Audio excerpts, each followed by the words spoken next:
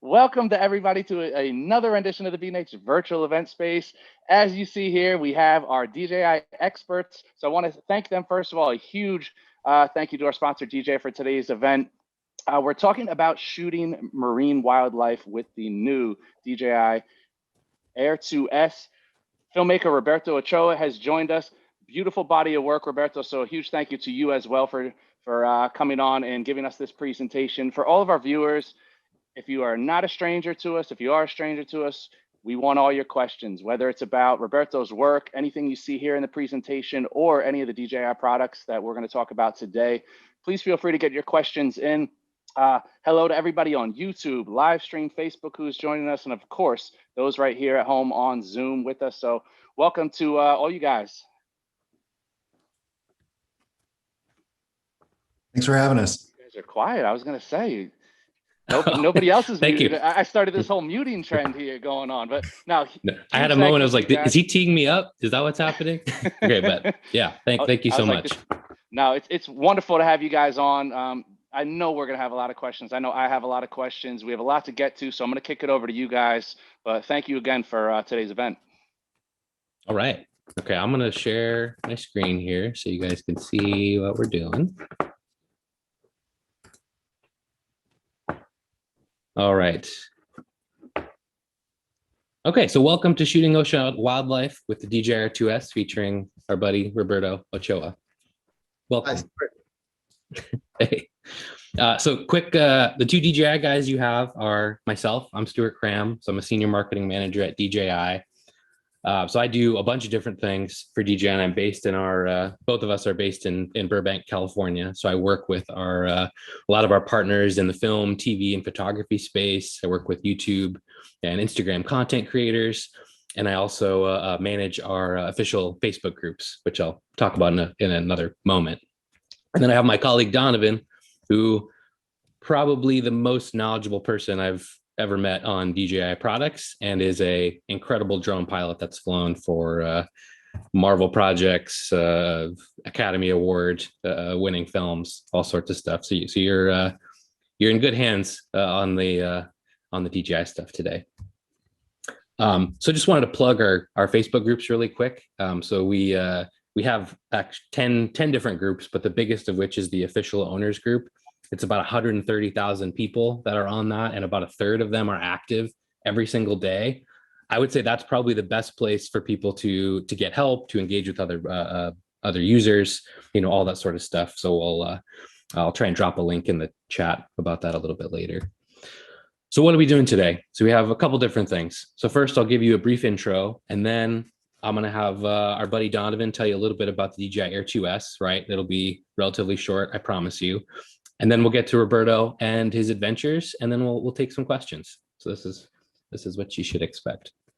So like shooting wildlife with drones has been around, I think, since you could put cameras in the air. It's a unique perspective that really not much else can bring. With there's helicopters and obviously drones. So this image was actually one of the a great image that was shot on the Phantom 1 by a guy named Randy J. Braun. And it actually, I think, inspired a lot, as DJI started to become a bit more mainstream, back then with the Phantom. So even from the very beginning, this inspired the company in general on what people could do with drones that were, easy, portable, and high quality. So just here's a couple other pictures that we're seeing from some of our great users. So this was a SkyPixel, which is our social platform for sharing like drone and other DJI related content. This was a Nat Geo shooter who studies lions, like tree lions. This was taken from a drone. There's no other way he could have gotten that close, right? That's a very unique thing. And then this was shot on Mavic 2 Pro, another unique perspective of being close to wildlife. So when it comes to drone choices for this type of stuff, I think there's two main things. There's portability and there's quality, right? Like when shooting, outdoors, especially related to wildlife, I think there's a lot that you have to be prepared for anything to happen, right? Like you don't know, you might have to travel to some remote location. So you need that portability, but you also want the best possible quality so that you you know, when you share it, that it's something that can really impress folks. So this is where I think we have a phone call from somebody. Is that from me? No. So the DJI Air 2S is kind of a combination of really two drones. We have the Mavic Air 2 and the Mavic 2 Pro. You know, the best of those is really the DJI Air 2S, if you're to think about it very simply. So I'm going to have our buddy Donovan talk a little bit more about that now. Thanks, Stuart. So just make sure I'm not muted here. It's not a remark, Derek, just checking. So this will just be a quick run through of some of the key features of the new DJI Air 2S. So for those of you that are wondering what makes this drone different or trying to make a purchase decision, this is just the quick notes on this drone versus others. So the big news, of course, is a 1-inch sensor. So this is pretty impressive considering the size of this drone and all of the other features and how portable this drone is, that we were able to get this 1-inch sensor into this drone. And for the layperson, of course, what this means is the drone has much greater light gathering powers. So I have a little video sample that I'll show at the end of this that shows the differences in what that 1-inch sensor can provide. The Air 2S has improved obstacle avoidance. So if you're just looking at the Air 2S, that's the first thing that's going to jump out at you, is it has 2 upward facing obstacle avoidance sensors. Shooting modes, the Air 2S brings new master shots functionality. And a lot of people are curious how this is different than some other automated shooting modes. So master shots you can think of as sort of combining all of the different most popular types of shots in a really easy format. So you can capture all of them at the same time. And if you want, you can have it automatically edit and add transitions and music when creating that master shots video. Range and transmission on the Air 2S has been upgraded to our new O3 system. So just basically you're getting much further distance, up to 2 kilometers further distance than the Air 2 with the new O3 system.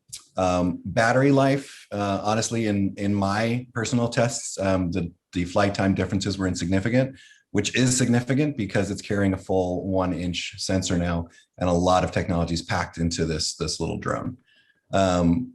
There is a zoom function, and this is where the new 5.4K resolution can make a difference for a lot of people, is leveraging that extra resolution to allow you to zoom in digitally and still get a really high resolution image if you do decide to use that zoom function.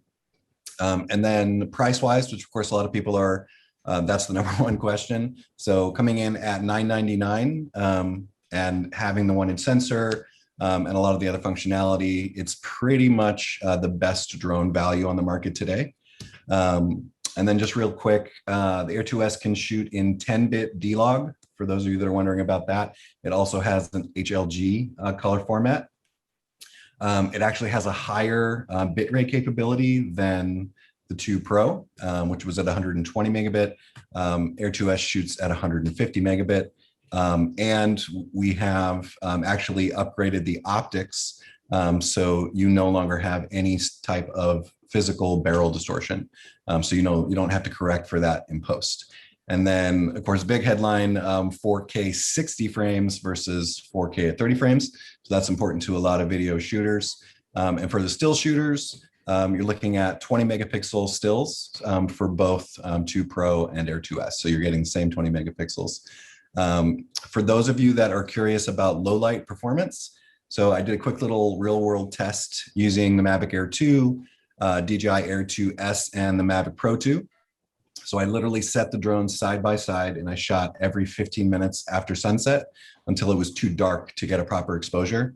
So I shot from the same angle using the same auto settings on all 3 drones. So normal color profile, auto white balance, and then 0 EV for all the drones to try to make it as apples to apples a comparison as possible. So the logic being that this test should show the low light performance that an average user can expect using the auto settings on the drone. So I'm going to share my screen now. And hopefully you guys will be able to see this video.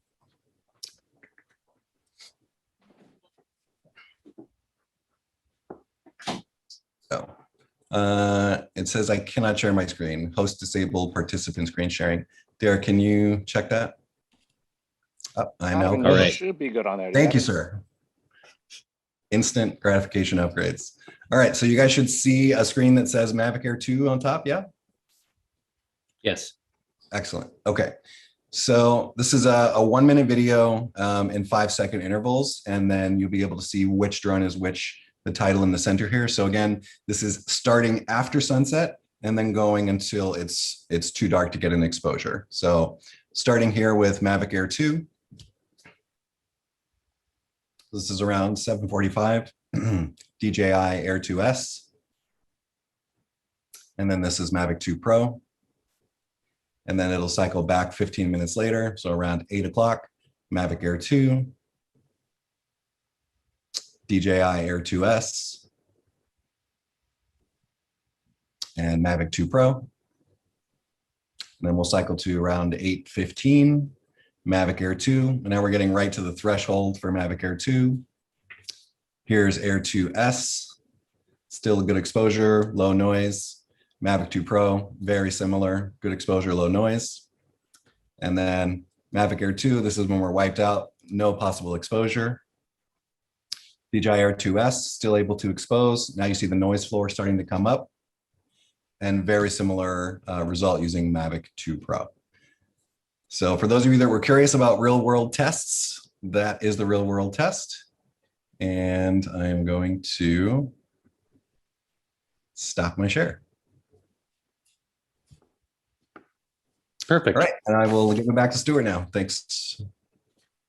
Thanks so much, Donovan. So I hope that answered some of the questions about this, but we'll certainly take more. So now on to the main event, Mr. Roberto Ochoa. So let me take the screen back here. One sec. All right, can you guys see my screen again? Yes. Perfect. All right, so I'm just going to read a little introduction really quick. For anyone who doesn't know Roberto Ochoa, he's an Ecuadorian marine wildlife videographer committed to the protection and preservation of the ocean environment and all marine life. He's an incredible filmmaker and has worked with such renowned companies and publications as National Geographic, Discover Sharks, PADI, Cousteau Divers, and many others.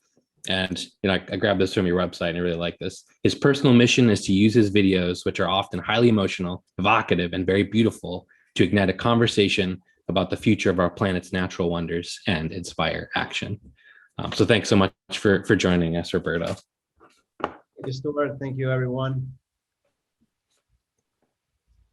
Cool. So I thought, so I guess to start, Roberto, if you could just tell us about yourself, and then we can get into kind of some of your major projects where you've used drone technology, and then kind of leading us into, what you've done lately. Yeah, actually, I've been close to the ocean for all my life, for most of my life. And every time that I jump in the water for surfing or to do some snorkeling, I see this so much nice marine areas that we have here, so much wildlife that we have here in Ecuador coast and also in the Galapagos Islands. So definitely there's millions of reasons to love the ocean. First, me, because I was spending so much time around the beaches or the islands around the Galapagos Islands. So that's actually how I started. Like first I started with just an action cam and trying to document everything what I was looking for. Like all type of marine life. So as soon as I started to share this content with everyone on my social media, there were so many people around my country or around the world that they were starting to ask about what is that, like what type of marine, what type of shark is that, what type of array, or most of the people think that some of this marine life is very dangerous, that they can attack you or anything like that, but it's not true, So that's when you start to show everyone how is the behavior of each animal and how to protect it, of course. Yeah, no, excellent. So let's jump right into some of the projects that you've worked on, and then you can tell us a bit on the project, and how it how it kind of goes along with our discussion. So we'll start with.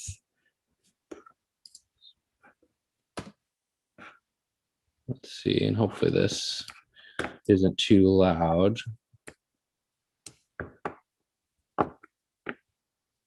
Yes, this actually was my first documentary, my first own documentary that we did with important brands, scuba diving brands, and some local companies from Ecuador. This actually documentary, it was the first free diving documentary in the Galapagos Islands. And why free diving? We wanted to show the world how we can interact with nature, how can we can interact with all marine life. And of course, one of the best ways is to be as natural possible with all the marine megafauna that we have. And this is why free diving, like most of the time when you jump in the water, you jump with scuba diving, you have like so much equipment. But in the case of free diving, you jump and you become like another fish to them, like another fish to a big school of sharks. So you can get in the middle of all marine life without any interference. And for this reason, to get the shots of the closest marine life that we have here, we had to also show another perspective that, of course, showing aerial views is even better. So you can see all the areas that we are diving, all the protected areas that we have, of course, in the Galapagos Islands, like in this place, Darwin Island, that is actually the best dive site for marine megafauna in the world. So it was good to do one of these kind of ocean conservation projects or documentaries. We're doing free diving and, of course, showing in the best place on earth of diving, So as you can see, these are aerial shots. You can see the island that is such a small place, and this Darwin Arch is very, very popular for scuba divers from all over the world. This is like a dream come true to people when they arrive there and they do their first diving there, So we have to show like at least 20 or 30% of the islands when we shoot our documentaries. And of course, we can show also from the other perspective, from the air, all the marine life that we have. So we fly the drones really, really close to all the marine life, the marine megafauna, and then we get other shots underwater, so we can show both. So this documentary actually we shoot in 2015 actually, and we didn't have so much technology like the new models that we have, like the Air 2 or the Mavic Pro. We started actually with the Phantom 4, and as you can see on the video, and even having kids taking to dive with the Galapagos and shooting with the drone, so they can see the perspective or the interaction that all the kids can have with marine life. That's great. And like, how much did you use the drone? Would you say what was sort of the ratio between the stuff on the ground and underwater and in the air? Yeah, like in this case, we dedicated like around three hours a day. We were shooting almost a month. The whole production took us like a whole month there, and with the whole team almost 2 weeks. So we were we have a lot of material that is in the complete documentary, in the whole film, that is in all digital platforms like iTunes, Amazon, Google Play. But we were also almost like 3 hours a day trying to get the shots of marine life from the air, and getting some shots of the areas around the islands, because we went to not only one island, we went to different islands, like around 7 islands that we visit, and we were doing we were shooting with drones every day, like at least 3 hours a day there, and it was unreal. And actually, to get to shot with drones in Galapagos, you actually need a special permit because there's a lot of birds, a lot of nature going on there. So it's a little bit risky. So you need to request a permission to have that and operate there. Got it. Got it. Interesting. Interesting. So let's jump into the next one. And like, apologies if there is a little stuttering. Obviously, like the expectation is this video over Zoom, you're not really seeing, it in its full majesty, but you should get an idea of what, our friend Roberto is talking about here. Yeah. This second documentary, Socorro Revolution, this was actually my second film on digital platforms. This is actually in Revillagigedo Island. We got really lucky to have more time to spend there in the islands, and actually when we arrived there, we were having a big support about the Mexican government. They even support us with their airplane to arrive there. And as you can see in these shots, this is actually the airplane that they gave us to do some part of the film, and also to arrive there, because nobody lives in these islands. This is only a marine base, and the only way to go there is by a liveaboard or to fly with the army or the military people from Mexico. And actually, this is a funny thing. They request to us, like, if we want to do a lot of our shots from the airplane, but I think we thought it was way better to use just the drones, because first, it's too much investment in gas, of course, and all these operations by having an airplane in the air and just to get the shots. It was way better for us to use the drone, and more easy to approach in some of the areas of the islands. And this is actually the documentary that we did with the Pierre, with Jacques Mayol's son. That is Jacques Mayol is actually one of the first freedivers to went down to 100 meters deep with a single breath. So it's a person that is very, very famous. And as you can see here, how we can approach to all marine life without any type of interference. And also having our drones in the air and getting these two different images of the islands and marine life. Really impressive. Really impressive. And then was this still on the Phantom 4, or had you gotten to the next one? We were using Phantom 4, and we had some Mavic as well. And depending on the area, sometimes we were having a very high speed of air. We were very windy. We were having one of the drones, and then we changed to the other ones. We had actually four drones with us during that expedition. Actually, one of those fell into the water with a big wave, but it was our fault because we were having the drone too close to the water, And this is the thing. In the case of wildlife, in the case of nature, having this type of oceans is very risky to have it too close to the water, because you can lose it.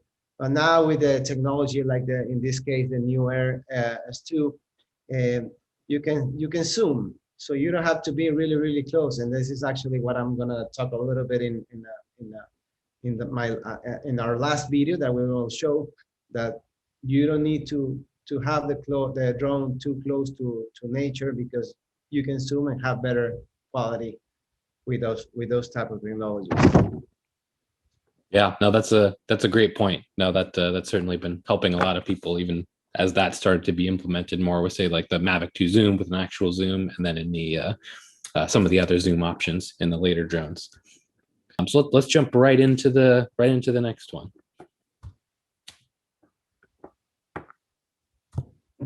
Yeah, well, this is another shot of Socorro Revolution. You will see a lot of shots that we're getting really close to marine life, like from the air, and some of the areas of the other islands, like San Benedicto Island, that you can see the crater. And this was a part that to get to the crater, we end up landing in the crater so we can have more altitude. But we didn't know like all the area because it's not allowed to go up there, you know. So we end up landing in that crater, so we can have more altitude, and then we went up a little bit more to get the shots, you know. But is that a pretty common thing where you end up using the drone for both like to scout and then also to shoot? actually, we every time that I go in the water, not even for documentaries, every time that I go diving, free diving or scuba diving, I always have my drone with me. Why? Because you never know what are you going to find in the ocean, you know. And sometimes you go for look for manta rays or something like that, and you end up having interaction with humpback whales, you know. So in the ocean, you never know. Like last time we went in the Bahamas, that we went to dive with hammerheads, and we end up looking for sperm whales that we found in the middle of our waves. So it's really good to have the drone in the boat and have everything ready with memories and everything, because as soon as something is around, you have like no more than 3 minutes to put the drone in the air. Yeah, no, that's a great point. What's sort of the thing we were talking about with the portable and quality, that portable part of something that is easy to access, ready to go quickly, you know, and small, I think ends up being pretty important. Exactly. And then, that's perfect, even perfect for the Mavic and the Air too, you know, like you can have it just in your backpack, and then as soon as there is something going on, you can just go like this and put it in the air, you know, like for really quick and get the shots. Because in the case of wildlife, you need all the stuff ready on time, you know. yeah, totally. Hang on, let me pull up my PowerPoint. Of course, just crashed, so let me just open that up. Open that up again. Okay, so you started with Phantom 4 in the first project we talked about, and then what was the next drone you got to after that specifically? I think you mentioned it was a Mavic series, correct? Yeah, exactly. We had a couple of Mavics, and then we started to do, after these 2 documentaries, we started to do a film, a 10 episode about Ecuador adventure, you know, like try to show the people from Ecuador what we really have inside our country, that sometimes are very, very popular, or the more popular places, but sometimes there's some areas around my country that people didn't even know about it, you know, like waterfalls or lakes inside a crater or volcano, or Amazon that we have. We have so many things here that people don't know about it. So I move a little bit from underwater to do everything, to go up in mountains, to do summit, some of the volcanoes that we have here, that actually we have the second highest active volcano in the world. We have it here in Ecuador. It's called Cotopaxi. And then there's so many people from Europe and also from the US that are arriving every day here to Ecuador to do this summit, because it's almost 6,000 meters altitude. So as you can see in this video, it's a mix of all the areas that we have.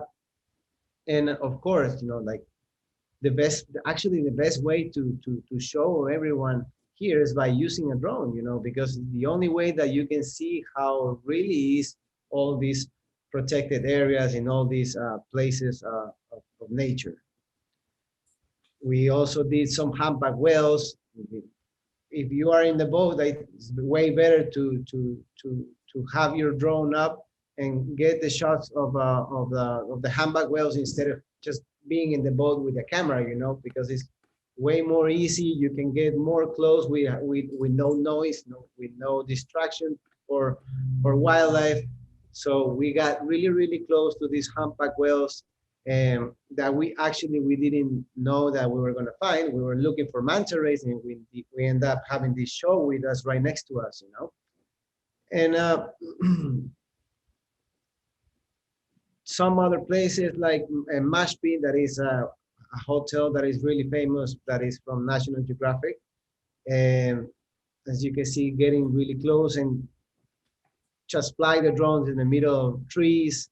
It's with those small drones are very, very easy to fly with, you know, and going around in all these areas that are in the middle of nowhere here in Ecuador, that you can have amazing, amazing views and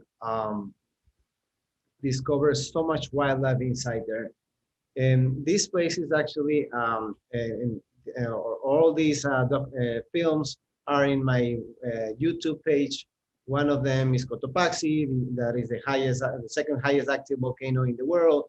The other one is a train that passed all around the volcanoes, the active volcanoes that we have in Ecuador too. And a little bit about the ocean, a little bit about the Amazon, about the wildlife that we have in the Amazon. As you can see there, this is called Yasuni, that is one of the most pristine places in the world. And other lakes that we have in Ecuador that are also in a crater volcano that are not active anymore, but now there's a lake inside there, you know, and so many places that you can get really, really close to nature by having this type of technology, this type of drones that actually you don't need anymore to have an helicopter to get all these shots. You just can operate with something that you can just put it in your pocket. Cool. So I think the next video is a similar project, correct? Yeah. Sure. This is the second highest active volcano, that is Cotopaxi. As you can see, that crater is almost 6,000 meters altitude. And to go up there to do the summit to the crater, you have to wake up at midnight. And it's like around 10 to 11 hours walk in the summit to get to the crater. And why at night? Because during the day, all the ice starts to melt. So it's very risky to do it during the day. But as soon as you arrive to the crater, you can see this amazing crater, active crater in the top of the mountain. And also in the video, you can see all the surrounding areas that we were shooting with our drones. But to get up there is really, really hard, and not too many people can make it, you know. You get very sick because of the altitude. But as soon as you arrive there and you see the crater and you look around all the other volcanoes around the mountain, is one of the best views that you can have in your life. I very recommend to everyone, if you guys like mountains, this is one of the best places on earth. And also, when we were shooting with the drone, we didn't know how the drone was going to react at that altitude, because there's not even too much air there. It's very hard to breathe when you go up there. And we arrived when we arrived there, we arrived at 6 a.m. to watch the sunrise.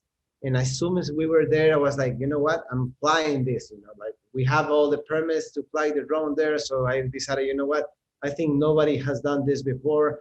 I'm going to try this for the first time here in this volcano.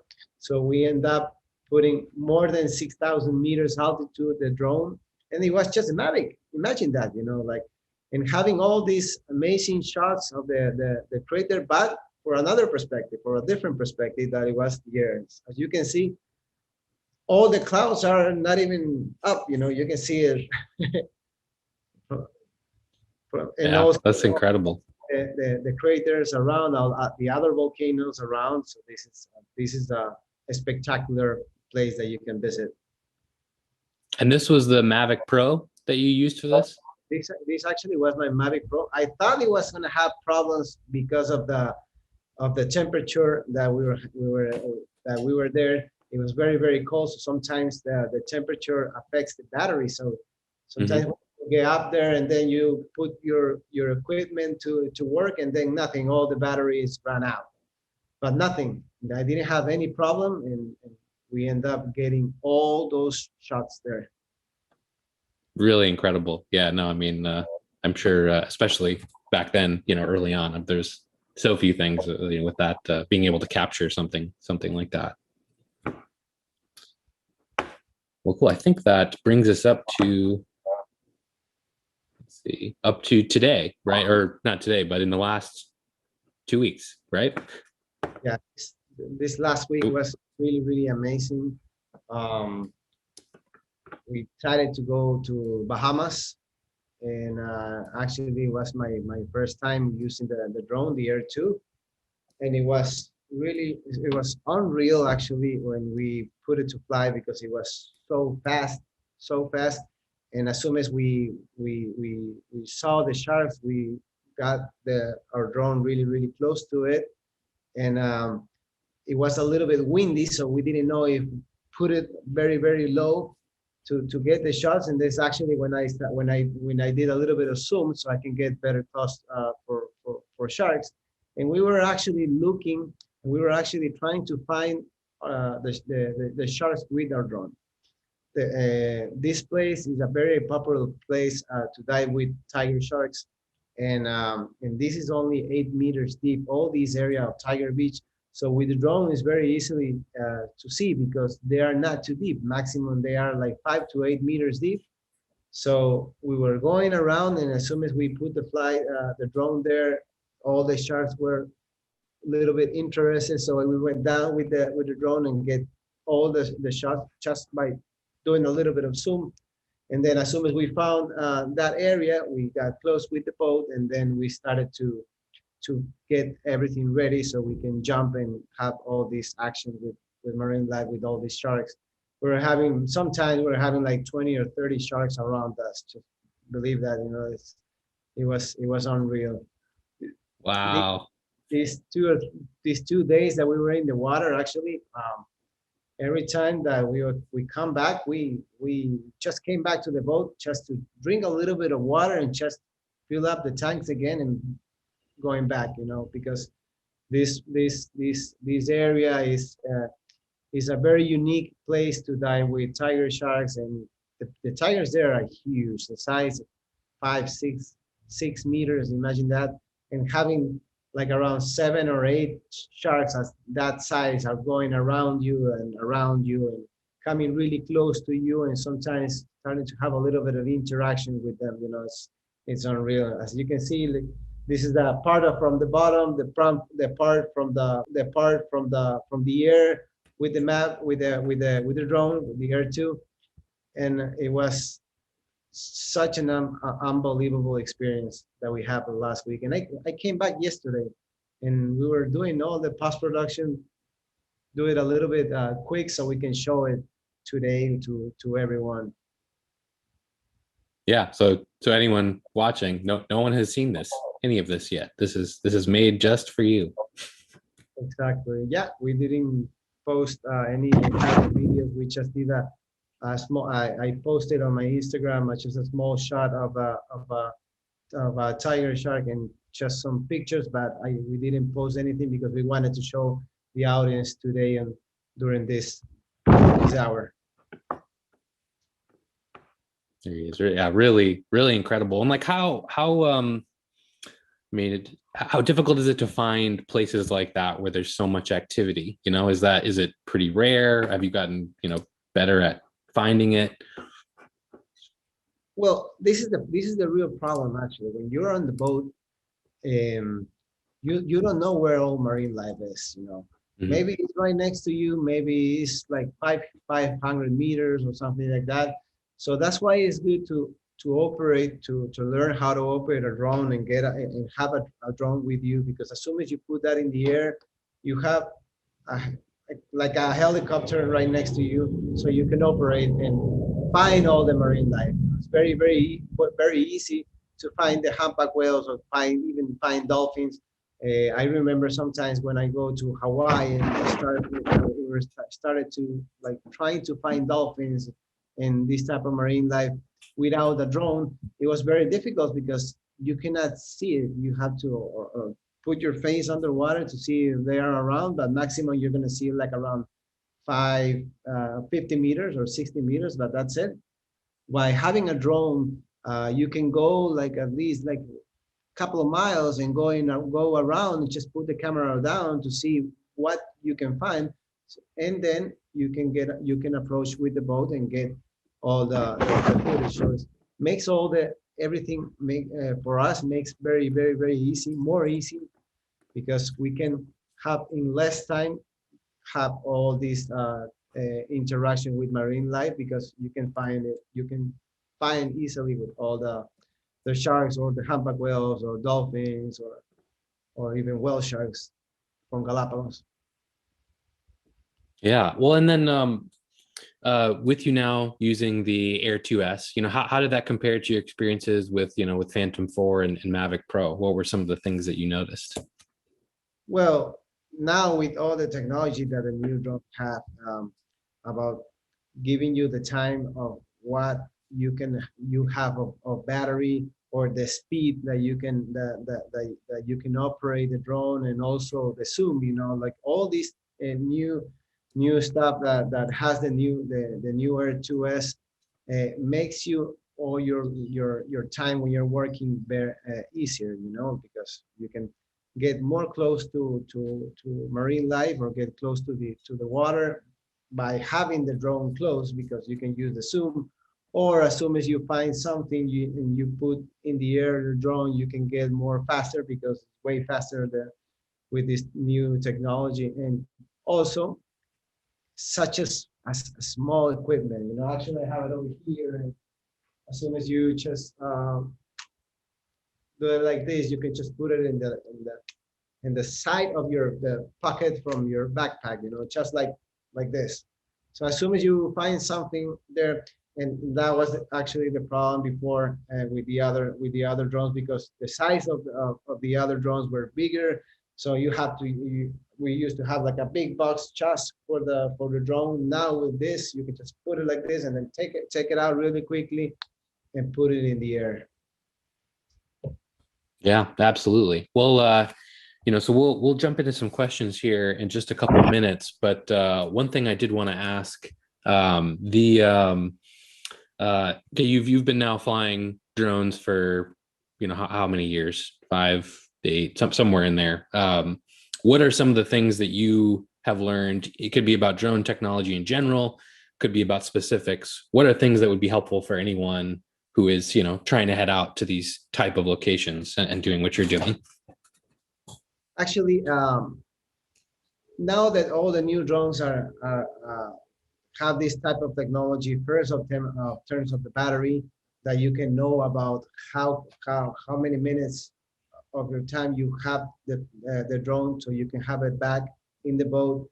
That's one of the things is very important, because sometimes you are away too far away from the boat with your drone, and then the problem is that if you run out of battery, you don't have a place to land, because it's all water. It's the ocean, So as soon as it drops in the ocean, that's it.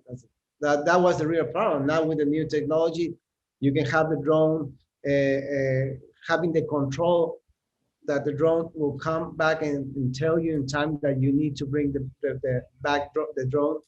And another things that are really important to the drone, so you can operate the drone in a boat, is always ask the captain of the boat and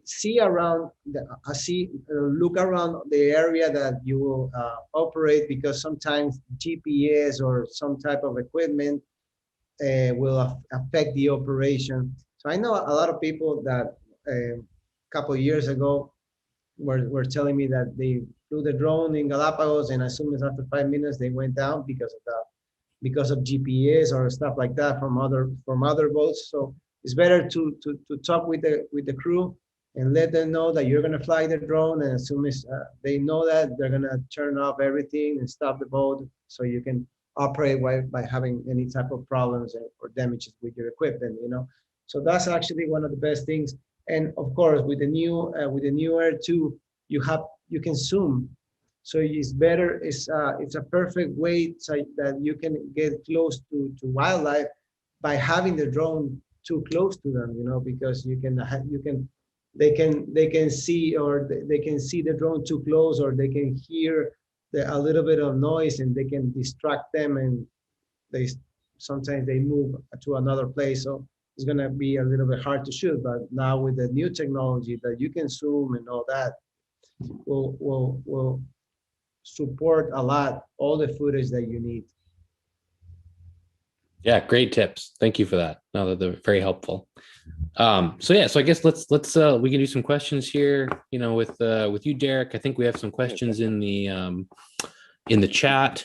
Yeah, we had a whole lot pour in. And true to B&H viewer fashion, we want to start with, you know, gear and more specifically glass. We had a couple people asking about the glass on this drone. What kind of lens are we looking at?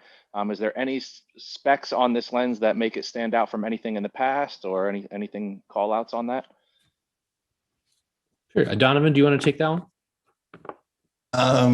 It's made by DJI, and it's a 22 millimeter equivalent.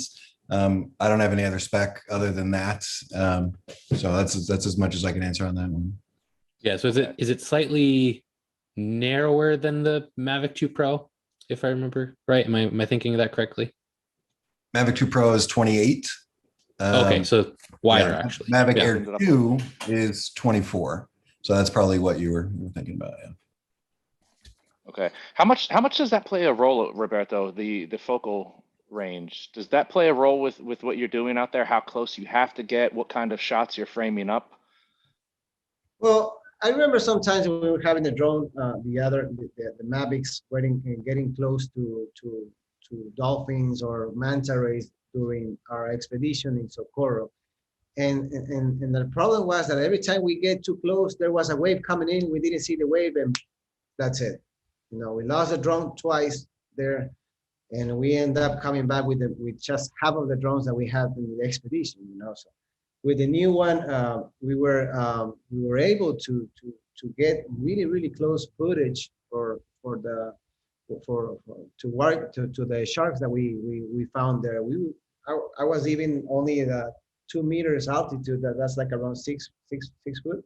6 feet. And we were getting really close shots with the zoom, with the new drone. So it's actually way better to operate this new equipment, because we don't need to go too down and be a little bit risky and during those operations. Just imagine if you have only one drone operating during the 6 or 7 day livable or a 7-day expedition, and the drone drops in the water, and then you have all the other days without the drone.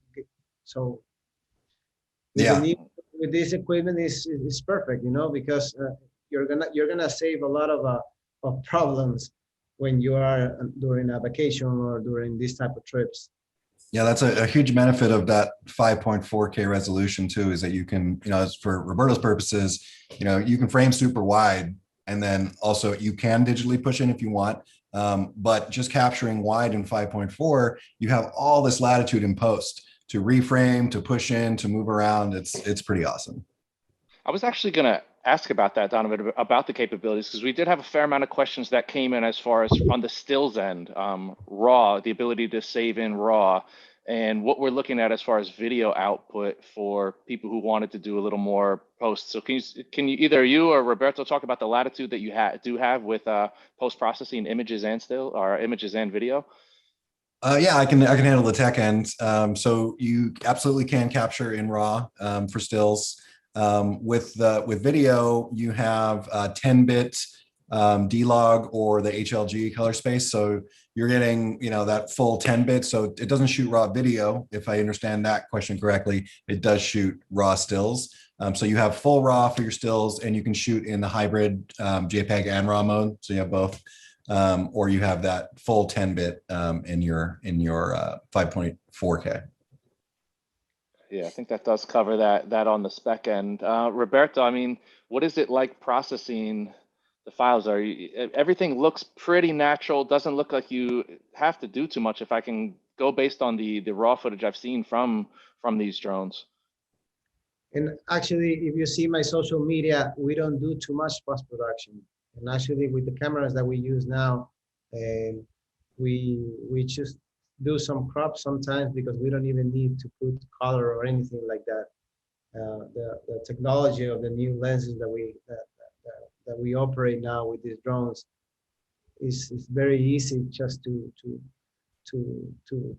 use it for any type of things that you will need. Actually, most of the people they buy this type of drone for their social media, to post something about your trip or your vacations and stuff. So you don't need exactly like a big computer or a MacBook Pro that has all this type of applications for the post production.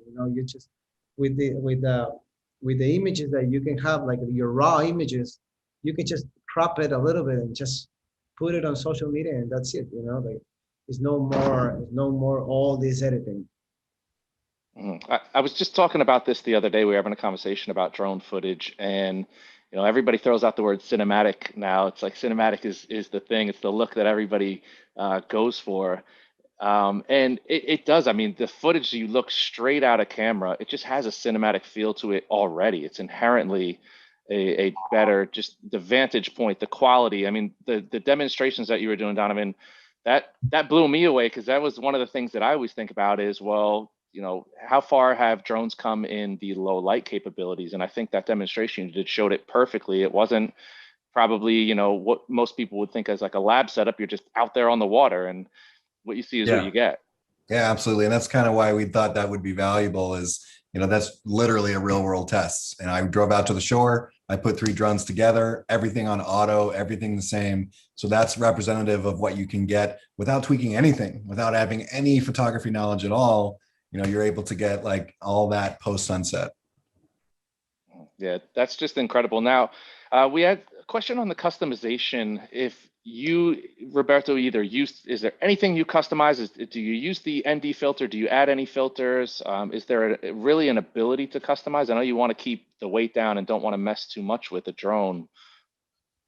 Actually, I don't mess too much. I always have it natural, and we don't use too many filters. And also, like in this case, like there's something that we really need to do in post production. It's better for us to have everything natural or in raw.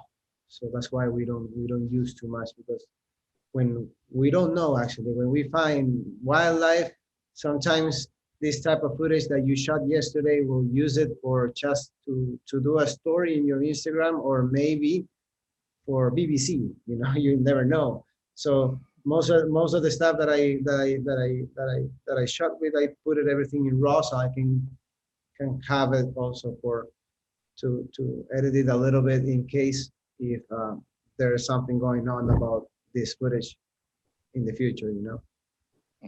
Now, as far as being out there on the ocean, if you're just taking a drone up in your neighborhood, even though it's a different vantage point, you can kind of still figure out, okay, this is this street over there, this is this person's house.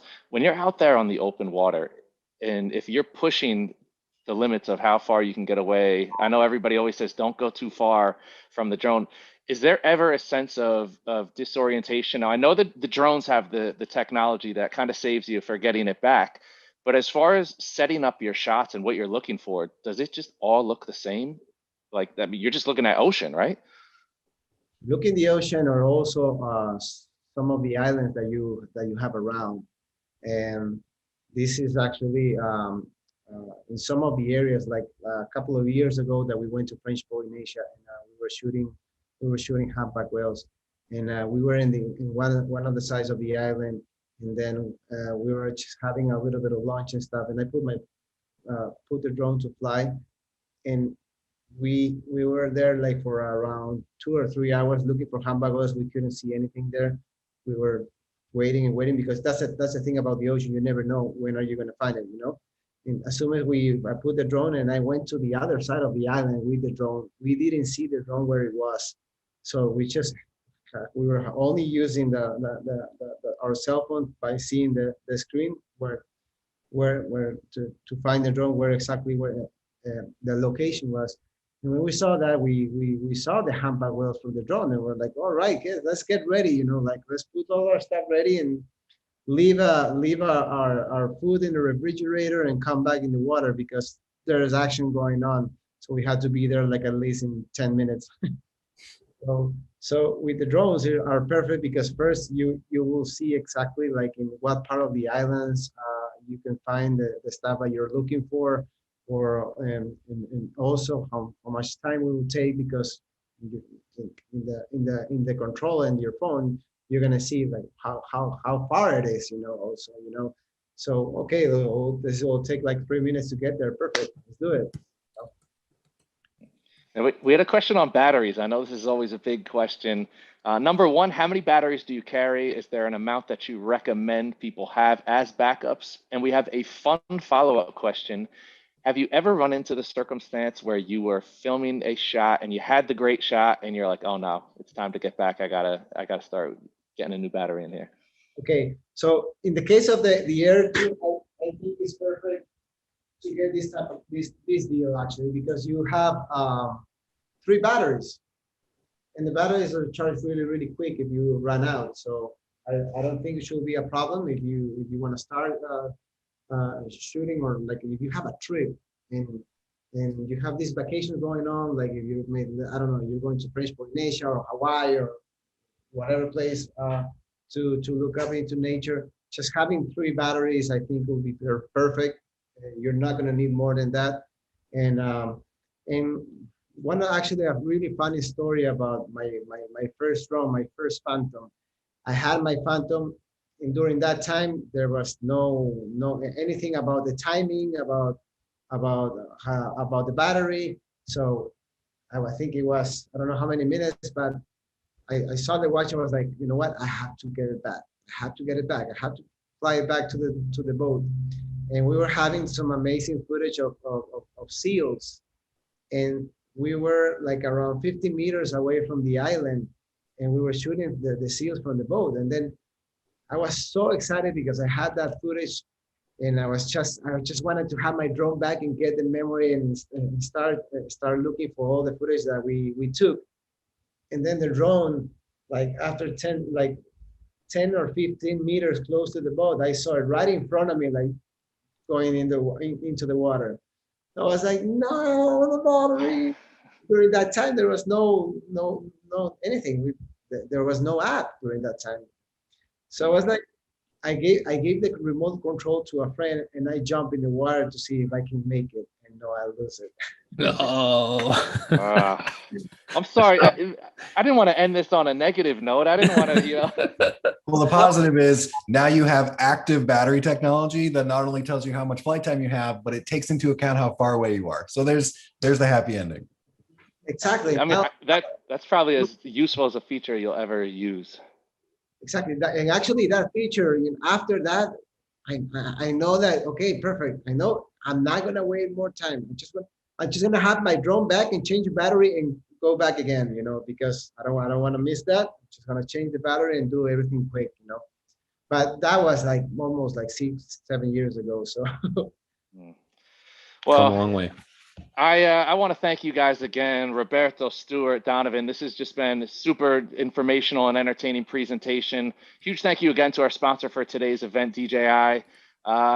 Once again, another drone presentation where it makes me want to go out and buy one. So I will leave it there. Huge thank you to you guys again. Be sure to check out Roberto's work on his website. We have dropped that in the comments section. That is all for us here at the B&H Virtual Event Space for now. We will